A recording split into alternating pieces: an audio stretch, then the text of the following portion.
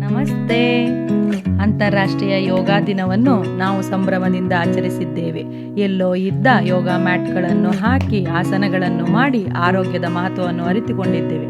ಆದರೆ ಯೋಗ ದಿನ ಮುಗಿದ ತಕ್ಷಣ ಮ್ಯಾಟ್ಗಳನ್ನು ಮಡಚಿ ಕಪಾಟಿಯಲ್ಲಿ ಇಟ್ಟು ಮುಂದಿನ ವರ್ಷದ ಯೋಗ ದಿನಕ್ಕಾಗಿ ಕಾಯಬಾರದು.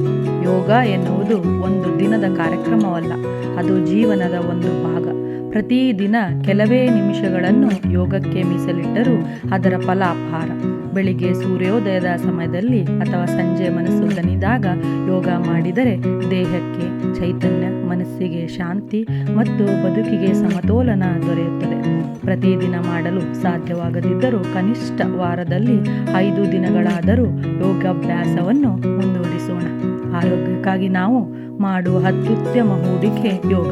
ಇದು ದೇಹವನ್ನು ಬಲಪಡಿಸುತ್ತದೆ, ಉಸಿರಾಟವನ್ನು ಸುಧಾರಿಸುತ್ತದೆ, ಒತ್ತಡವನ್ನು ಕಡಿಮೆ ಮಾಡುತ್ತದೆ ಮತ್ತು ಆತ್ಮವಿಶ್ವಾಸವನ್ನು ಹೆಚ್ಚಿಸುತ್ತದೆ.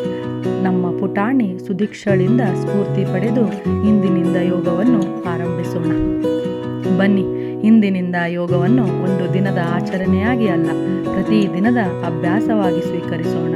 ಆರೋಗ್ಯಕರ ದೇಹ, ಪ್ರಶಾಂತ ಮನಸ್ಸು ಮತ್ತು ಸಂತೋಷದ ಜನಕ್ಕಾಗಿ ಯೋಗವನ್ನು ನಮ್ಮ ದಿನಚರಿಯ ಭಾಗವಾಗಿಸೋಣ.